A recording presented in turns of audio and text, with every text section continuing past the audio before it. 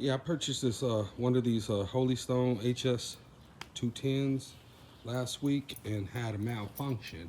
I flew it right above my house here, and the drone kept going. So I guess it was defective. They sent out a replacement to me, and this drone flies perfectly. This is the third one that I purchased that I can demonstrate to you guys right now.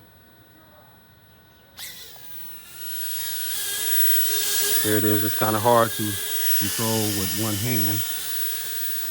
But anyway, it flies perfectly. I did the exact same thing, but I flew it up above the house, and it did perfect. The Holy Stone is a great drone for beginners and those who just want to have some fun. For any reason, if you guys had a mishap with Holy Stone's drones, man, make sure you contact them, because they don't have no problems making it right. And I assure you, the products is quality.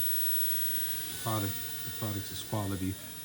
Somebody probably didn't QC or QA that particular drone that I received. Anyway, I don't normally do reviews or videos, but I had to, because this Holy Stone is the bomb.